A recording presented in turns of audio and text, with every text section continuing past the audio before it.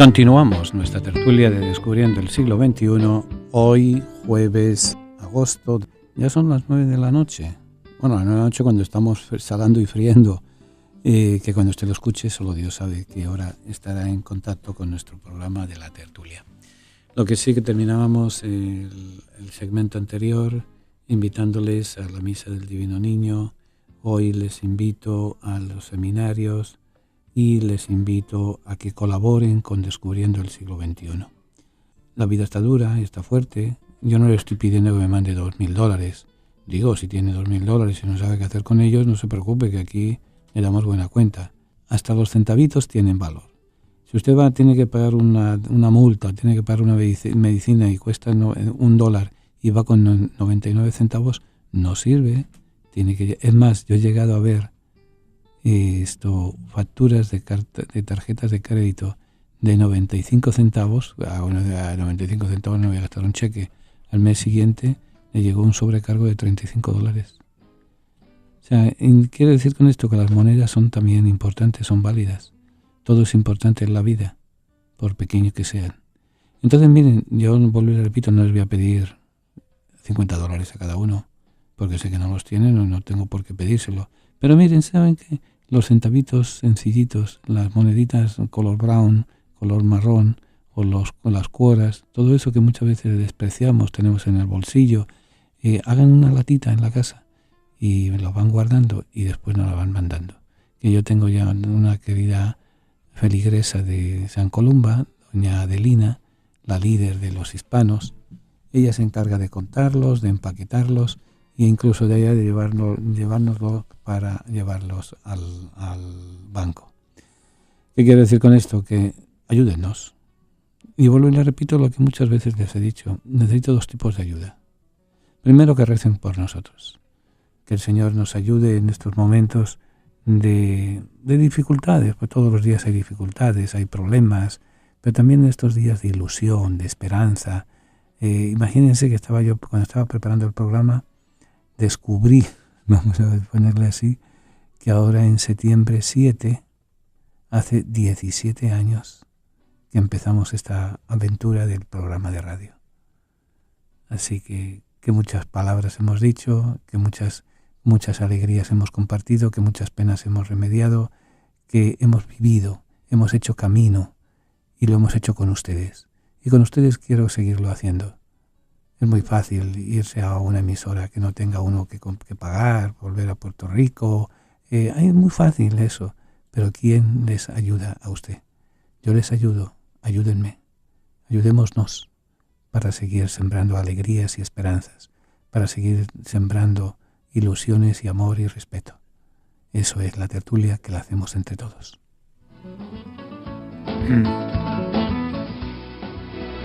Siempre tenemos necesidad de contemplar el misterio de la misericordia. Es fuente de alegría, de serenidad y de paz.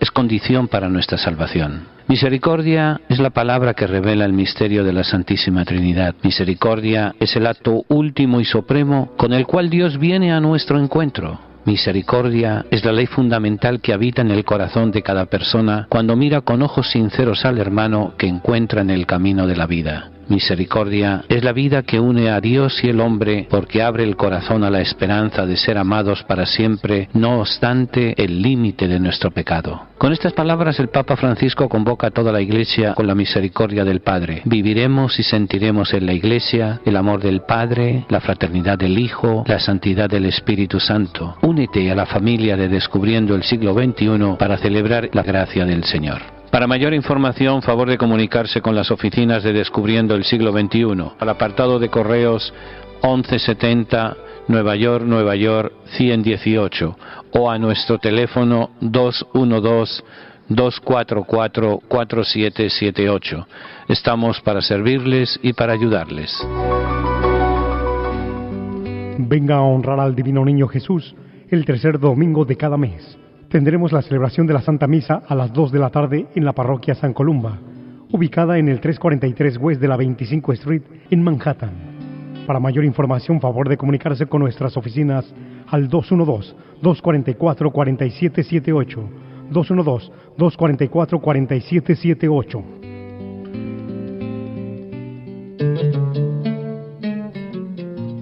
Siguiendo la costumbre de programas anteriores, esta segunda parte vamos a conversar sobre un personaje de la Biblia. Vamos a revisionar y limpiarnos las telarañas de muchas cosas sobre un individuo muy polémico, un individuo que incluso algunos pensadores judíos actuales le llaman el fundador del cristianismo. Se llega a decir que Jesús vino a instaurar el reino y Pablo inventó la iglesia. Todas esas cosas, miren, el papel aguanta todo lo que le pongamos. Y ahora podemos decir la computadora, en el disco duro se puede poner cuánta cosa, cuánta loquera podamos decir. Pero sin duda ninguna que la figura de Pablo es una figura controversial, importante, actual. Y de Pablo, pues, sabemos, pues, como les diría, de la misa a la mitad, no sabemos gran cosa. Su conversión es probablemente la conversión más famosa de la historia.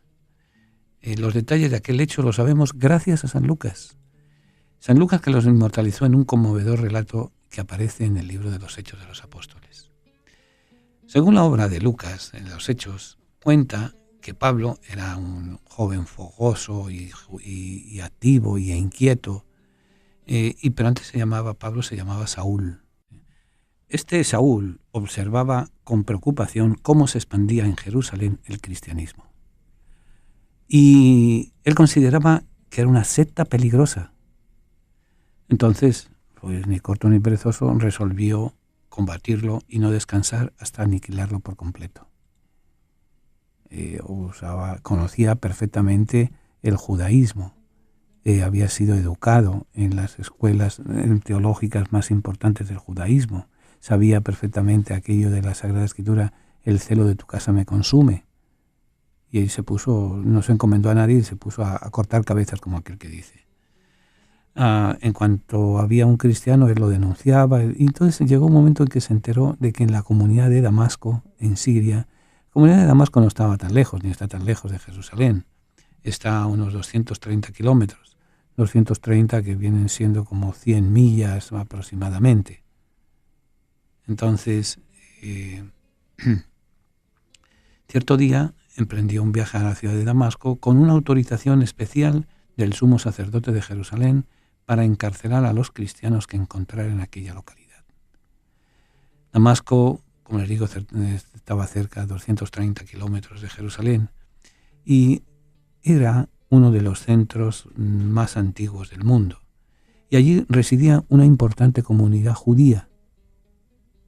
Y junto a la sombra de la comunidad judía había crecido una gran comunidad cristiana. Había ocurrido, pues, lamentablemente, como ocurre en muchas circunstancias, cuando hay persecuciones por ideología religiosa, por ideología política, por ideología de género y demás, lo más sensato hasta cierto punto es poner tierra por medio. Había habido judíos conversos al cristianismo que habían decidido irse a Siria, irse en concreto a la ciudad de Damasco. Él sabía eso y el viaje debió de llevarlo a Pablo y a sus compañeros alrededor de una semana. De pronto, cuando estaba ya cerca de la ciudad, una poderosa luz lo envolvió y lo tumbó.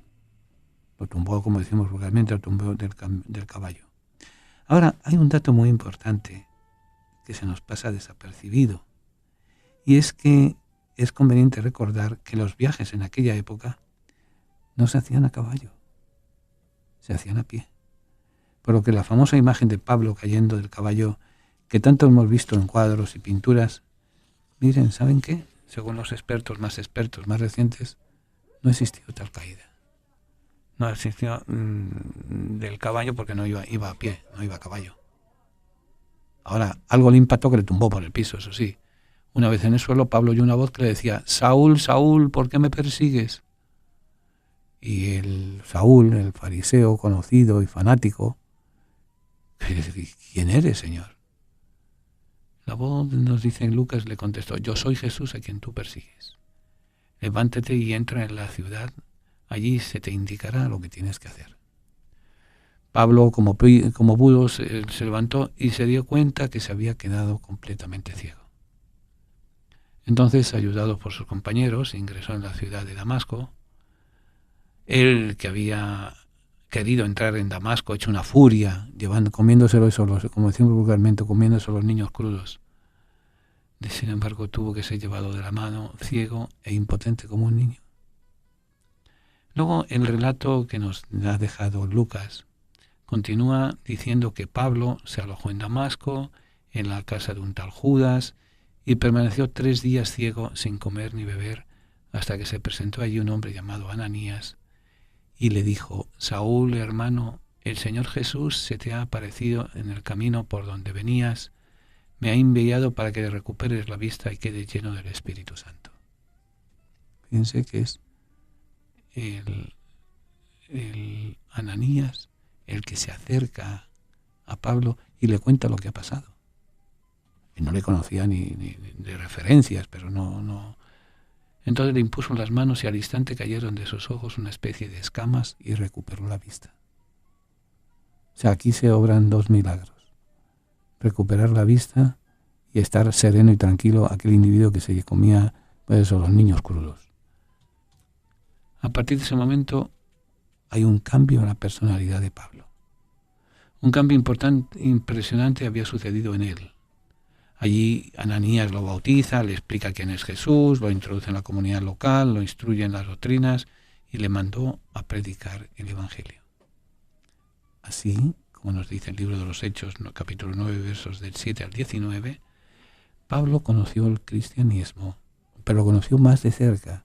Él había oído hablar del cristianismo en Jerusalén, pero no había palpado y sentido el valor de esta fe. Esa fe a la que en un principio pretendía combatir. Ahora bien, hay varios indicios que nos hacen dudar de la historicidad de este relato, así como lo oyen. Acuérdense que la historicidad, como nosotros la conocemos, se la pasaban por la espalda en aquella época. Ellos tenían un dato que comunicarnos y para comunicarnos ese dato se inventaban una serie de cosas. En primer lugar, vamos a ver indicios que nos hacen dudar de que estos datos fueran históricos.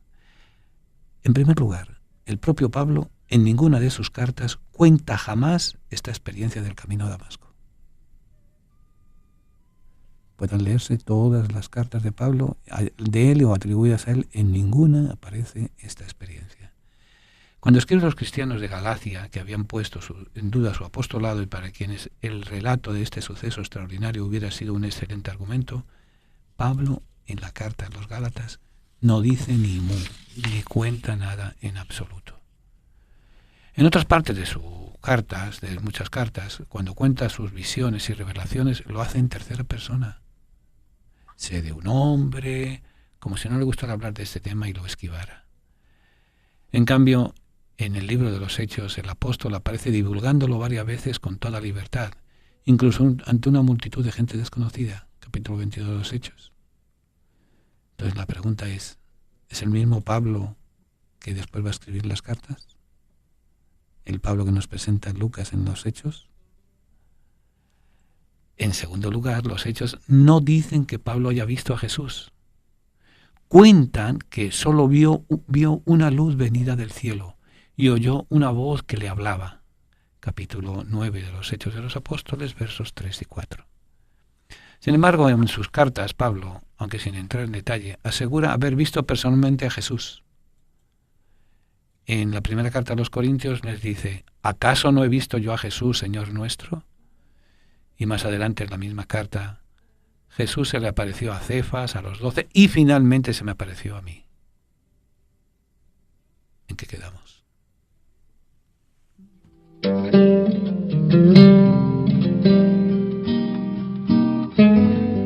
Venga a honrar al Divino Niño Jesús el tercer domingo de cada mes.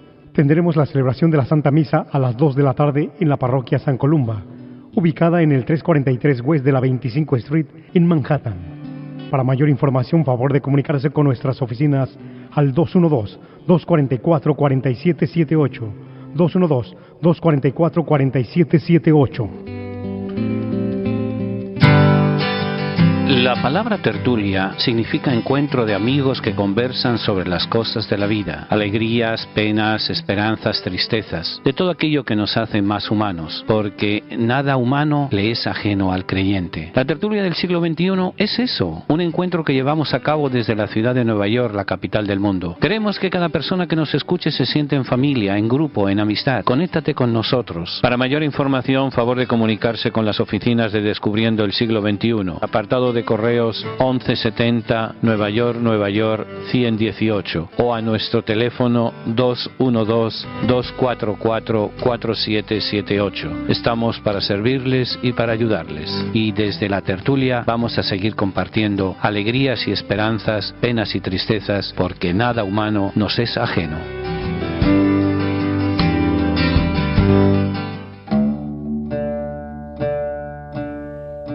Seguimos hablando de Pablo.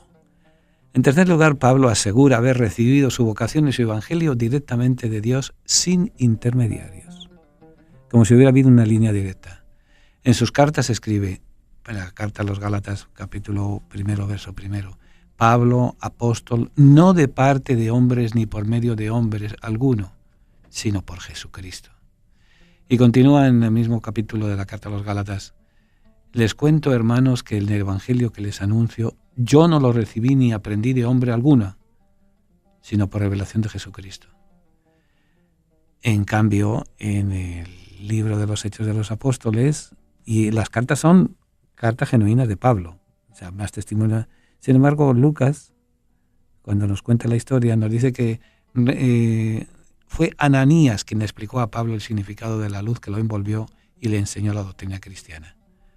Libro de los Hechos, capítulo 9, versos 6 al 19.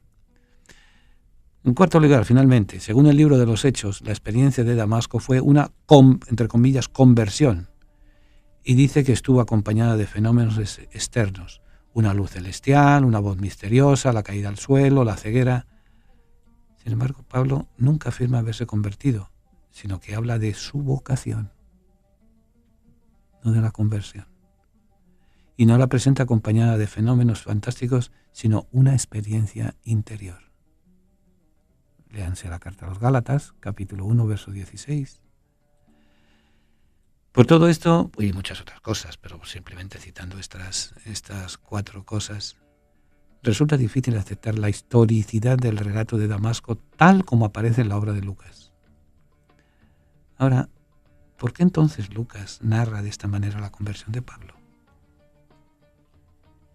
Para buscar una respuesta a esto, debemos de tener en cuenta la intención de los Hechos de los Apóstoles.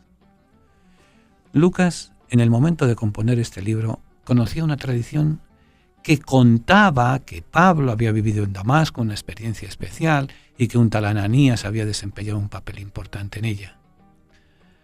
Con estos datos, Lucas compuso un relato siguiendo el esquema de las llamadas leyendas de conversión. O sea, a él le dieron el dato verídico, el dato cierto.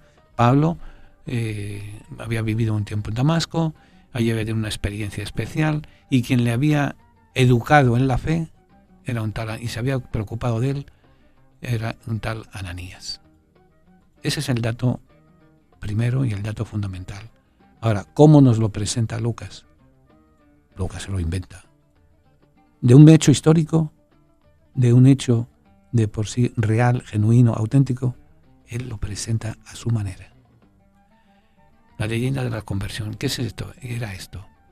Eran ya narraciones preparadas en las que se mostraba cómo a un personaje malvado o enemigo de Dios se le manifestaba a este con señales extraordinarias y terminaba convirtiéndolo. O sea, un maldito, por así decir, por usar palabras, un malandro, un sinvergüenza, vamos a ponerle en palabras nuestras. Tiene una experiencia y se convierte. Por ejemplo, les voy a dar un ejemplo de estas leyendas, es lo que se conoce como la conversión de Heliodoro, relatada en el segundo libro de los Macabeos. El segundo libro de los Macabeos cuenta que Heliodoro, ministro del rey Seleuco IV de Siria, durante una persecución a los judíos, intentó saquear el tesoro del templo de Jerusalén. Estaba ya a punto de lograrlo, sin embargo Dios se le apareció en una impresionante manifestación. Heliodoro cayó por el suelo, envuelto en una ceguera total, mientras sus compañeros presentían lo sucedido sin poder reaccionar. Al final Heliodoro, que había entrado en el templo con tanta soberbia, ¿saben cómo fue sacado? En camillas, mudo e impedido. Después de varios días, gracias a la intervención de un judío, el ministro recuperó sus fuerzas, se convirtió y recibió la misión de anunciar en todas partes la grandeza de Dios. Eso la historia la pueden leer en el segundo libro de Macabeos, capítulo 3. O sea, una leyenda de conversión que corría. Existen otras muchas leyendas que cuentan idénticos modos de conversión de algún personaje enemigo de Dios. No vamos ahora en el programa a leerlas y a contarlas y a decirlas. Por lo tanto, no debemos tomar los detalles de la conversión de Pablo como históricos, sino más bien como parte de un género literario convencional. O sea, nosotros los ciudadanos del siglo XXI leemos los libros de la Biblia como si fueran libros genuinos, auténticamente históricos. Y la Biblia lo que nos presenta es la experiencia de Dios, la relación de Dios y la humanidad en un pueblo, en una persona, en una comunidad. Cómo Dios actúa y cómo nos lo presenta. Pues de muchas maneras. Existe ese género literario, pues Lucas recurre a él. El hecho es innegable. Pablo persigue al cristianismo, Pablo no quiere que eso siga adelante y Pablo pone su esfuerzo para combatirlo. Y se entera donde hay... Es como si emigración se entera donde están escondidos ilegales. O un oficial de migración, pues va al juez, pide una orden y va y se presenta. Pues Pablo más o menos hizo eso. Se había enterado que había judíos, entre comillas, indocumentados, ilegales, cristianos, en Damasco. Deme papeles que voy para allá. Y la forma común y corriente de caminar era una fórmula bien conocida de nosotros, en dos patitas. En el Dodge patitas. En el carro de San Fernando, un poco a pie y otro andando. Así Pablo recorrió el camino que le separaba de Jerusalén de Damasco. Allá se encuentra con una experiencia íntima con Dios. Es la misma que puede usted sentir, o la misma que yo he podido sentir, o la misma que sentiremos, o que sentirá su hijo, su hija, su esposo, su esposa, la persona a la que usted ama. Esa experiencia íntima de Dios. ¿Por qué a Lucas le importaba tanto la conversión de Pablo hasta el punto de contarla nada menos que 3 veces en el libro de los Hechos de los Apóstoles? 3 veces se narra. La primera en el capítulo 9, versos 3 al 19. La segunda en el capítulo 22, versos 6 al 16. Y la tercera en el capítulo 26, 12 al 18. Ahora, los investigadores y los teólogos la pregunta, ¿por qué repetir el mismo episodio en un libro que se caracteriza por la sobriedad y economía de detalles narrativos, cuando otros hechos más importantes como el de Pentecostés apenas aparece una vez? Pues muy sencillo, porque Lucas necesitaba mostrar el cumplimiento de una profecía de Jesús resucitado. Y esta profecía era que la palabra de Dios se extenderá por todo el mundo de aquel entonces. Por eso en el libro cuenta que Jesús, después de resucitar, se les aparece a los apóstoles y les dice: el Espíritu Santo vendrá sobre ustedes y serán mis testigos en Jerusalén, en toda Judea, en Samaria, hasta los confines de la tierra. Capítulo 1 y verso 8 del libro de los Hechos. Y en esa época, ¿saben cuál era el confín de la tierra? La ciudad de Roma, la capital del imperio. Por lo tanto, Lucas quería demostrar con la llegada de Pablo a Roma que su objetivo era demostrar cómo la palabra de Dios llegó hasta el confín de la tierra, a través de Pablo. Y Pablo le cortan la cabeza en Roma, porque él va hasta allá. O sea, ir en la lectura, el desglosar, el desmenuzar la lectura del libro de los Hechos, nos dice: el Espíritu Santo vendrá sobre ustedes, serán mis testigos en Jerusalén, en Judea y en Samaria, hasta los confines de la tierra. Los confines, el capítulo 1, verso 8 de los Hechos, los confines era Roma. Cuando Pablo llega a Roma, conducido por Lucas, en la narración de Lucas, ha cumplido la misión del Señor. Venga a honrar al Divino Niño Jesús el tercer domingo de cada mes. tendremos la celebración de la Santa Misa a las 2 de la tarde en la parroquia San Columba, ubicada en el 343 West de la 25 Street en Manhattan. Para mayor información, favor de comunicarse con nuestras oficinas al 212-244-4778, 212-244-4778. Siempre tenemos necesidad de contemplar el misterio de la misericordia. Es fuente de alegría, de serenidad y de paz.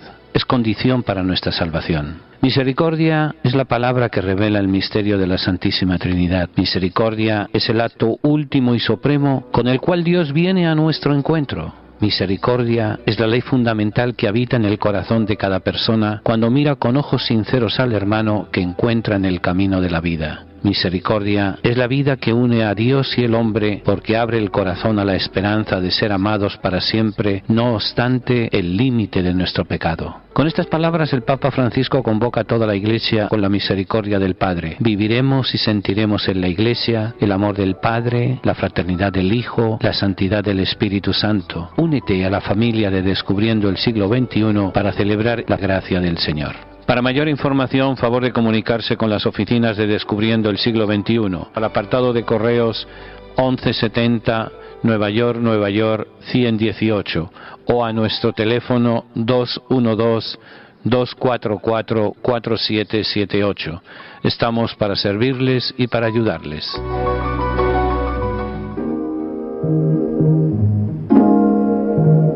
Continuamos. No se olviden, el domingo la misa del Divino Niño, el domingo de septiembre misa especial del Divino Niño, donde rifaremos los centavitos que ustedes han ido ayudando a recopilar para poder seguir manteniendo la tertulia y bueno, recen por nosotros. Nos hacen falta los billetes verdes, pero nos hacen falta más sus oraciones. Si vienen las dos cosas, bendito sea Dios, pero al menos recen por nosotros. Y siguiendo, porque la cosa está interesante, ¿verdad? Ahora, ¿por qué Lucas pone a Pablo en Roma que cumple? Porque hasta donde él sabe es el único Pablo que ha llegado hasta Roma, ya que en su libro vemos que Pedro, la cabeza del grupo, nunca sale más allá de Judea y de Samaria. Juan, compañero de Pedro, tampoco viaja más que hasta Samaria. Santiago, el hermano de Juan, es asesinado temprano. Lo tiran de patas arriba desde la parte más alta del templo de Jerusalén.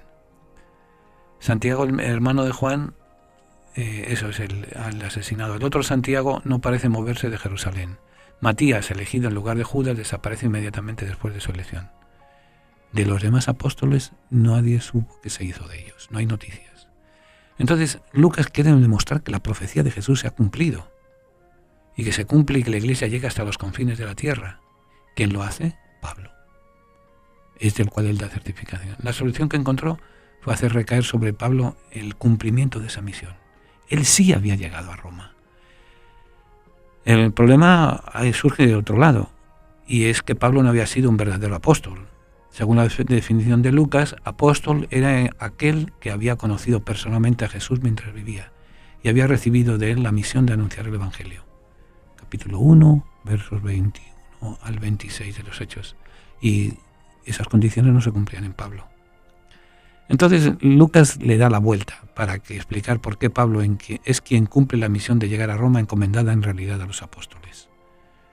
Lucas entonces lo muestra que recibe directamente del propio Jesús el encargo en el camino de Damasco.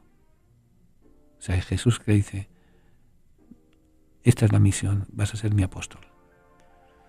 Y lo repite 3 veces a lo largo del libro de los Hechos, para que no se queden dudas de que Pablo ha visto a Jesús y ha recibido de él esta importante misión. O sea, no lo vio en vida, lo vio en resurrección, por así decir, después que se encuentra con él. Pero si bien Lucas relata 3 veces el encuentro de Pablo con Jesús, no lo cuenta de la misma manera, sino que es muy astuto y presenta otras narrativas. Por ejemplo, lo presenta cambios graduales que sirven para exaltar la manera progresiva de la figura de Pablo. Por ejemplo, sobre la luminosidad que envolvió al apóstol, envolvió a Pablo, en el primer relato habla de una luz del cielo. Capítulo 9 de los Hechos, verso 3. El segundo de una gran luz, capítulo 22, verso 6, y el tercero de una luz más luminosa que el sol, capítulo 26, verso 13. O sea, una luz del cielo, una gran luz más luminosa que el sol. O sea, la misma historia cambia de color, le va aumentando, le va quitando. ¿Cuándo sucedió el hecho? En el primer relato no nos cuenta nada, pero en el segundo aclara que fue cerca del mediodía, para resaltar hasta qué punto llegó el esplendor luminoso. Y el tercero ya dice que ocurrió en pleno mediodía, mostrando que el resplandor de la luz superaba incluso al brillo del sol en su momento de mayor fuerza. ¿Quién es el destinatario de la luz? Según el primer y el segundo relato, fue solamente una persona, Pablo. Hechos 9:3 y 22:6. Pero en el tercero dice que la luz envolvió a todos sus compañeros. Capítulo 26. Ya tienen asignatura pendiente. Yo sé que les va a picar la curiosidad. Vayan al libro de los Hechos de los Apóstoles y busquen el capítulo 9, el capítulo 22 y el capítulo 26. También las persecuciones que realizaba Pablo antes de convertirse aparecen descritas con esta técnica de graduación. El primer texto dice que Pablo a los cristianos los conducía a la cárcel. Capítulo 8 de Hechos, verso 3. El segundo agrega que los perseguía a muerte, capítulo 22. Y el tercero que los metía en la cárcel, los torturaba para que renunciaran a su fe cristiana, los perseguía hasta en ciudades extranjeras y cuando eran condenados a muerte, él contribuía con su voto. Capítulo 26, 10 al 11. Entonces, lo mismo va a ocurrir con la misión encomendada. En el primer relato solo menciona que Pablo debe llevar el nombre de Cristo entre los gentiles, los reyes y los judíos. Capítulo 9, verso 15. En el segundo ya aparece enviado ante todos los hombres. 22:15. Y en el tercero no solo es enviado, sino que se especifica hasta los detalles de su misión. 26, 16, 18. Misión, persecución, fenómenos que aparecen en la primera narración. Dicen que los compañeros de Pablo oyeron voz, pero no vieron la luz. Capítulo 9, verso 7. En el segundo dice que vieron la luz, pero no oyeron la voz. Capítulo 22. Y en el tercero, que ni vieron ni oyeron nada. Es decir, cada vez el mensaje divino se centra en una sola persona, en Pablo. Sobre el efecto de la conmoción, la primera y la segunda vez, dice que solo Pablo cayó al suelo y sus compañeros quedaron de pie. Capítulo 9, verso 7 y capítulo 22. Pero la tercera vez nos dice que todos cayeron al suelo. Capítulo 26. También los compañeros de Pablo se unen gradualmente a la adoración de la teofanía, de la manifestación de Dios. O sea, ese encontrarse de Pablo con Jesús fue lo que se dice técnicamente una teofanía, una presencia, una manifestación de Dios. Y luego sobre la ceguera, en el primer relato Pablo queda ciego durante 3 días. En el segundo solo durante el tiempo que brilla la luz divina. Y en el tercero no se menciona su ceguera, así que sus compañeros no necesitan llevarlo de la mano, ni Ananías tiene que curarlo. Así quiere decir que cada vez Pablo tiene menos oscuridad.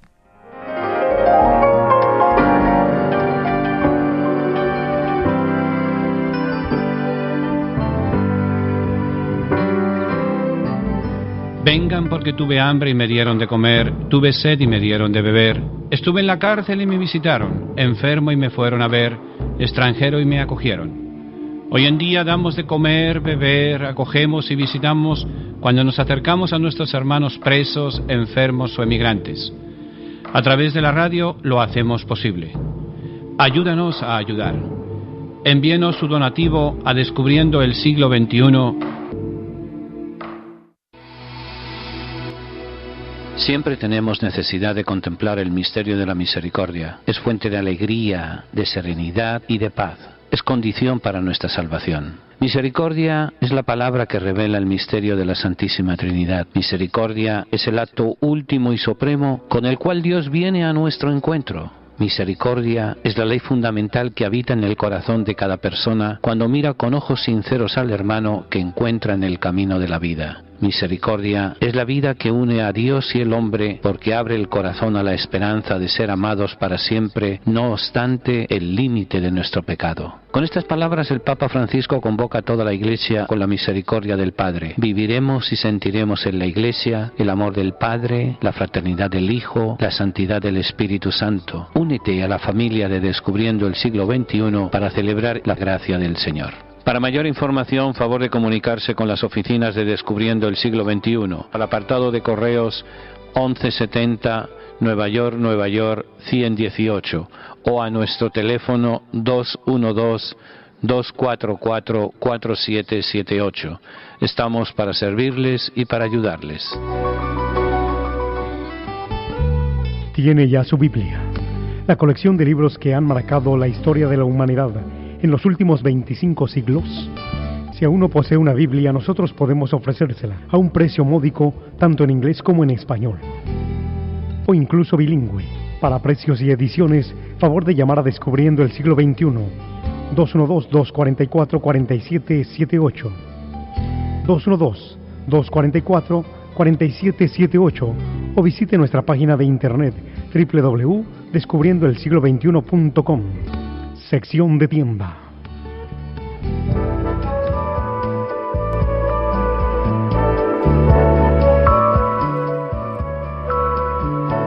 Continuamos nuestra tertulia y quiero recordarles la misa de este domingo en honor del Divino Niño a las 2 de la tarde. Allí vamos a rezar por todos ustedes, pero de forma especial por nuestros hermanos privados de libertad, para que el Señor les ayude, les consuele, a ellos, a sus familias, y miren, pa'lante es para allá. En segundo lugar, vuelvo y les repito, estamos preparando un viaje a Tierra Santa. Allí vamos a ver la puerta de Damasco.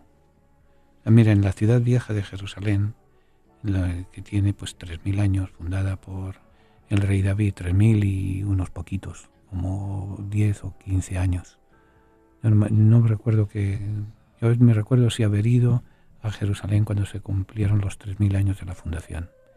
La parte vieja, donde se conserva pues la casa de Pilato, el Calvario, parte del muro de los lamentos, no se llama el muro de los lamentos y demás, queda el cenáculo, queda enmarcado lo que se llama la ciudad vieja. Y la ciudad vieja está rodeada de 7 puertas. Una de ellas es la puerta de Damasco, que debajo, junto a la puerta de Damasco, hay un mercado, no digo un mercado persa, pero un mercado de frutas, de vegetales, hasta un dentista. Ahí escondidito en una esquina tengo el cartel de la dentistería, hasta eso hay. Y de allí se salía hacia Damasco. Vamos para allá. Y vamos a ver también el lugar donde Pablo guarda la ropa mientras están apedreándole a Esteban. Hay una basílica, es el lugar, según la tradición, donde apedrearon a Esteban. Actualmente está ocupado y está a cargo de ellos los padres dominicos. Está la Escuela Bíblica y Arqueológica de Jerusalén. Si les digo eso no les dice mucho, pero si les digo que allí se editó y se preparó la edición de la Biblia de Jerusalén, eso sí les suena, ¿verdad? Pues vamos a ver el sitio. Y vamos a ver la tumba del Huerto. En el siglo XIX, un investigador encontró una tumba del siglo I y dice que es el lugar en que realmente estuvo la tumba de Jesús. La presenta como alternativa porque hay una serie de cosas, que era un lugar llamado Calavera y se ve una montañita que tiene una forma de calavera, en el huerto, estaba en un huerto. Lo único sí indudablemente importante es que es una tumba como fue la tumba de Jesús. Se conservó una de las muchas tumbas, de algunas de las tumbas que todavía están por descubrir en Jerusalén. Pensemos que Jerusalén ha sido destruida 17 veces y reconstruida 18. O sea que si nos ponemos a hacer agujeros para abajo, vamos a encontrar muchas sorpresas. De hecho, por ejemplo, en Jerusalén no se ha encontrado el hipódromo. Se sabe que existió, por referencias literarias y demás, pero no se ha ubicado todavía. Todo eso vamos a ver. Y mire, vamos a oler Jerusalén. Vamos a sentir la brisa del lago de Tiberíades. Vamos para allá, vayan apuntándose. Iremos viendo. Y luego después conversaba fuera del aire con Javier en Petra, porque en la vida de San Pablo todavía es un gran rompecabezas. Y hay un periodo de 6 años que nadie sabe qué diablos hizo. Se desapareció después del bautizo y la conversión, y por 6 años estuvo desaparecido. Hay todas las teorías habidas y por haber, pero lo más lógico es que parece ser que fue a Arabia, y si fue a Arabia, camino de Arabia, paró en Petra. Vamos a ir a Petra, la ciudad misteriosa, la ciudad rosada. Pero si los cuento todo, no van a tener interés. Vamos para allá, vayan llamando a nuestro teléfono al 212-244-4778. Volviendo a Pablo y Lucas. Ahora, hay un elemento que se mantiene siempre igual en los 3 relatos. El diálogo entre Pablo y Cristo en el momento de la aparición. ¿Por qué este relato fue conservado con tanto cuidado? ¿Reflejaba quizá una conversación real entre Jesús y el apóstol? Hoy los expertos de Biblia sostienen que se trata también de un diálogo ficticio muy común en el Antiguo Testamento, llamado diálogo de aparición. Los escritores sagrados lo emplean cada vez que quieren contar la aparición de Dios o de un ángel a alguna persona. Y aún podríamos decir, usando el lenguaje de las computadoras, un template. Ya sabemos lo que va a preguntar Dios, ya sabemos lo que va a responder. Vamos a ponerlo en la boca de Jacob, en la boca de Pablo. Ahora, el diálogo de aparición consta normalmente de 4 elementos. Primero, la doble mención del nombre de la persona. Saúl, Saúl. Segundo, una breve pregunta del personaje. ¿Quién eres, Señor? Tercera, la autopresentación del Señor. Yo soy Jesús, a quien tú persigues. Cuarta, un encargo. Levántate y vete. Este mismo diálogo lo tenemos, por ejemplo, cuando el ángel le encarga a Jacob regresar a su patria, Génesis 31, 11, 13, cuando Dios le autoriza a Jacob a bajar a Egipto, en la vocación de Moisés, en el sacrificio de Isaac, en la vocación de Samuel. Utilizando, por tanto, este prototipo de diálogos que ya existía en la Sagrada Escritura, Lucas quiere decir a sus lectores varias cosas. La primera, que Pablo realmente había conversado con Jesús camino a Damasco. Ahora, ¿qué se dijeron? Pues no lo sabemos. Sí sabemos que hubo un diálogo, pero queda dentro de la intimidad. Lucas nos dice, toma prestado la narración. Miren, eso del reciclaje es tan antiguo como la humanidad. Ya Lucas toma el diálogo de Jacob, toma el diálogo de Samuel, toca el diálogo de algunos conversos, de algunos que han conversado, que no está el recuerdo de la Sagrada Escritura, que han conversado con Dios, y lo va adaptando. Siempre nos ha resultado lejanos y misteriosos los personajes bíblicos. Eso no nos quepa la menor duda. Precisamente por eso, porque aparecen viviendo experiencias extrañas y especialísimas de que ningún cristiano normal vive hoy en día. Nos llama la atención, como el Señor le tumba del caballo, decimos que le tumba el caballo, pero en ningún momento aparece lo del caballo, pero esa es otra historia. Se aparece, dialoga, hace. Entonces uno preguntaría, ¿y por qué yo no? Hoy en día se dan estos encuentros. Por supuesto que se dan estos encuentros. También Pablo en cierto momento de su vida experimentó un encuentro íntimo y especial con Jesús, que lo llevó a abandonar todo y a centrar su existencia únicamente en Cristo resucitado. Pensemos que la situación económica de Pablo era más que buena. Pertenecía a una familia, constructores de tiendas de campaña, había viajado, se había educado, manejaba buen dinero, tenía la vida resuelta, como que dice. Pero fue tal el impacto del diálogo con Jesús que todo eso lo deja abandonado y se va a dedicar a anunciar el mensaje de Jesús. ¿Qué hubo entre ellos dos? No lo sabemos.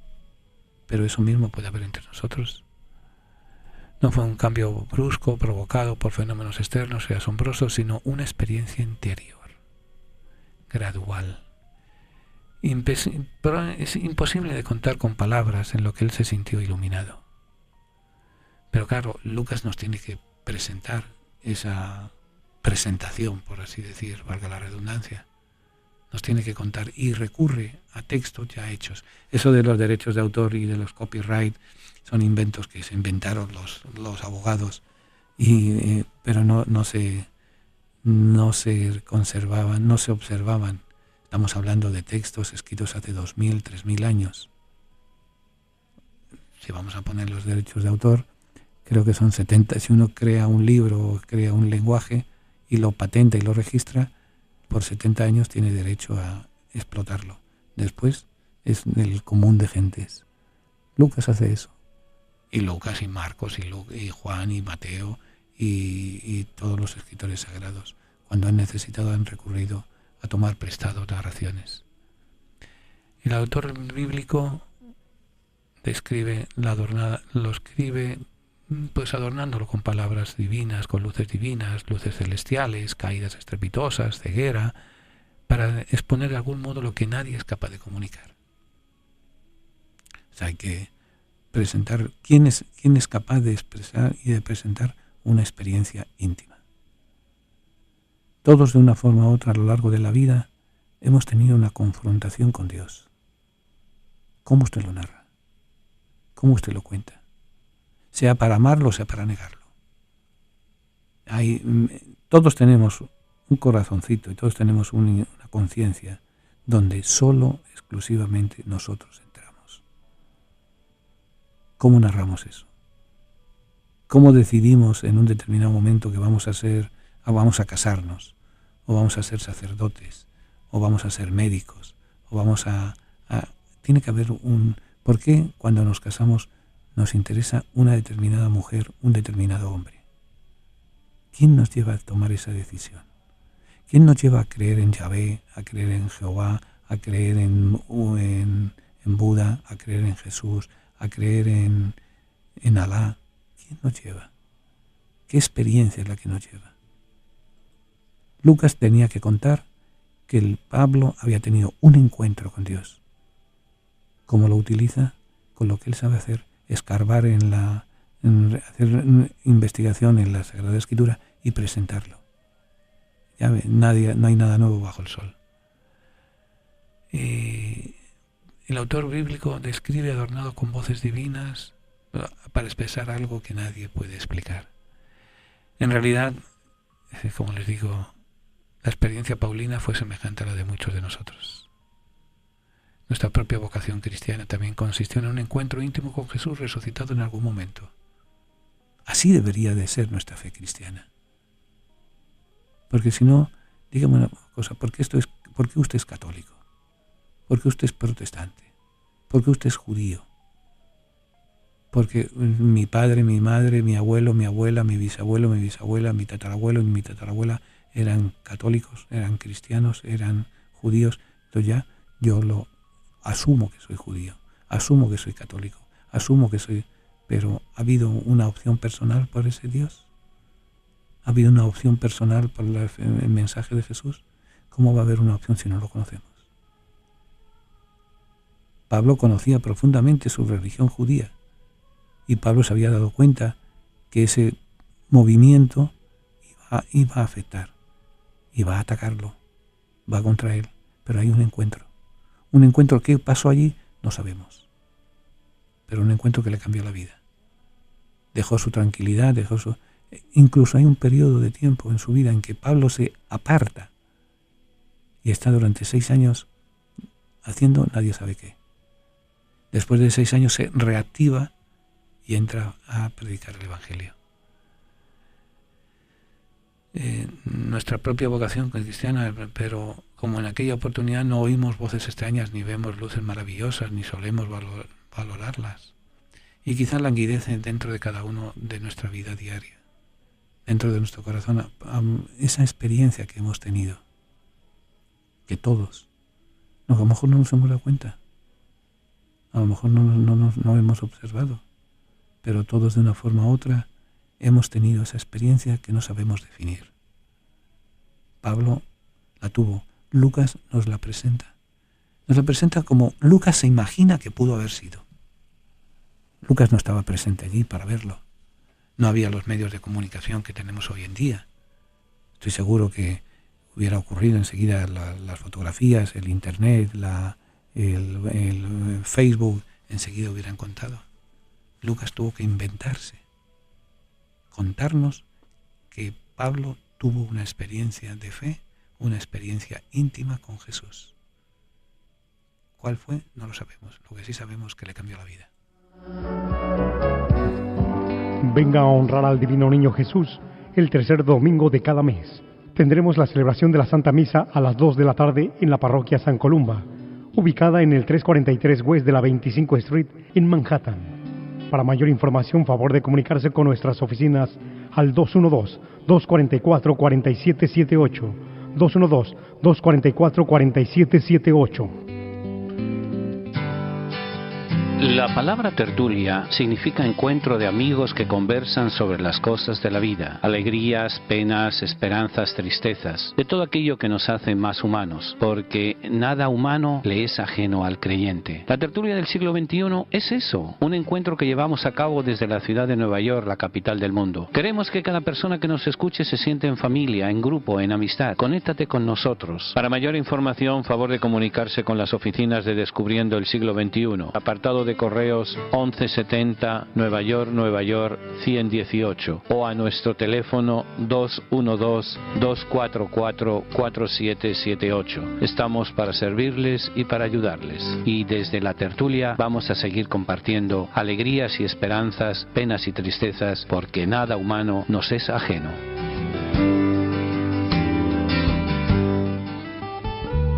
Tiene ya su Biblia, la colección de libros que han marcado la historia de la humanidad en los últimos 25 siglos. Si aún no posee una Biblia, nosotros podemos ofrecérsela a un precio módico, tanto en inglés como en español, o incluso bilingüe. Para precios y ediciones, favor de llamar a Descubriendo el Siglo XXI, 212-244-4778, 212-244-4778, o visite nuestra página de internet www.descubriendoelsiglo21.com, sección de tienda.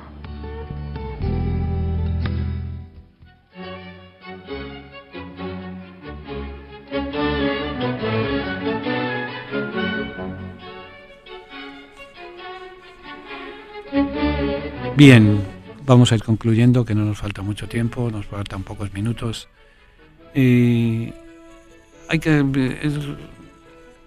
Es mirar la figura de San Pablo, como la figura de los apóstoles, como seres humanos como usted, como yo. ¿Ustedes piensan que flotaban en una manta? No, tuvieron experiencias de fe como usted y yo las hemos tenido. Ellos se dieron cuenta y cambiaron sus vidas. Quizá usted no se ha dado cuenta todavía, pero sería bueno que vaya. Esa experiencia puede ser una vida que nace, una muerte cercana, un trabajo, un estudio, un amor que surge. Esas experiencias que solo nosotros somos capaces de reconocer son las experiencias de Dios. A Pablo le cambió la vida y cambió la vida de muchas otras personas. Y a usted, con tal de que cambie su propia vida, es más que suficiente. Pero estemos atentos a la luz y a la llamada que se nos acerca a cada uno de nosotros. Bien, concluimos simplemente de recordarles en San Columba el domingo la celebración de la Misa del Divino Niño. ¿Y qué más? Los seminarios para en los próximos meses están en la página de internet, y sobre todo aquel que quiera ir a Israel, vamos para allá. Vamos a sentir el olor de las aguas del mar de Tiberíades, del lago de Tiberíades. Vamos a probar los peces que pescaban Pedro y sus compañeros. Va incluido el precio del pescado frito, es la tilapia, pero es la tilapia que sabe a tilapia, no la tilapia que comemos aquí en Estados Unidos. Queremos unirnos también a nuestros hermanos venezolanos que están viviendo situaciones difíciles para que el Señor les ayude. La violencia no se vence con la violencia se vence con el amor. El amor es más fuerte que la muerte. Bien, nada más por el momento. Den nuestro recuerdo, nuestro saludo, nuestro abrazo a nuestros hermanos privados de libertad, a nuestros hermanos que viven solos, a nuestros hermanos enfermos, que sepan que alguien en la tertulia se acuerda de ustedes, que caminante no hay camino, se hace camino al andar, después de haber vivido la experiencia de fe, la experiencia existencial que marque nuestras vidas. Hasta el próximo jueves, si Dios quiere.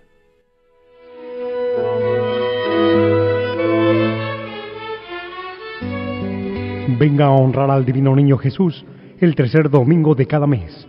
Tendremos la celebración de la Santa Misa a las 2 de la tarde en la parroquia San Columba, ubicada en el 343 West de la 25 Street en Manhattan. Para mayor información, favor de comunicarse con nuestras oficinas al 212-244-4778, 212-244-4778. Vengan porque tuve hambre y me dieron de comer, tuve sed y me dieron de beber. Estuve en la cárcel y me visitaron, enfermo y me fueron a ver, extranjero y me acogieron. Hoy en día damos de comer, beber, acogemos y visitamos cuando nos acercamos a nuestros hermanos presos, enfermos o emigrantes. A través de la radio lo hacemos posible. Ayúdanos a ayudar. Envíenos su donativo a Descubriendo el Siglo XXI. Señor, nuestros hermanos a los que tú amas están encarcelados. Ten compasión de todos los presos y socórrelos. Si es posible, que sea llevadero para ellos este cáliz. Pero no se haga nuestra voluntad sino la tuya. Haznos sensibles a las necesidades de nuestros hermanos encarcelados y haznos comprensivos con sus limitaciones. Ayúdanos a hacerle más llevadera la sentencia. Señor, a los que amas están encarcelados. Toda su familia está también sufriendo. Haz que nunca pierdan la confianza y la esperanza en ti. Amén. Hasta el próximo jueves, si Dios quiere. Que Dios les bendiga.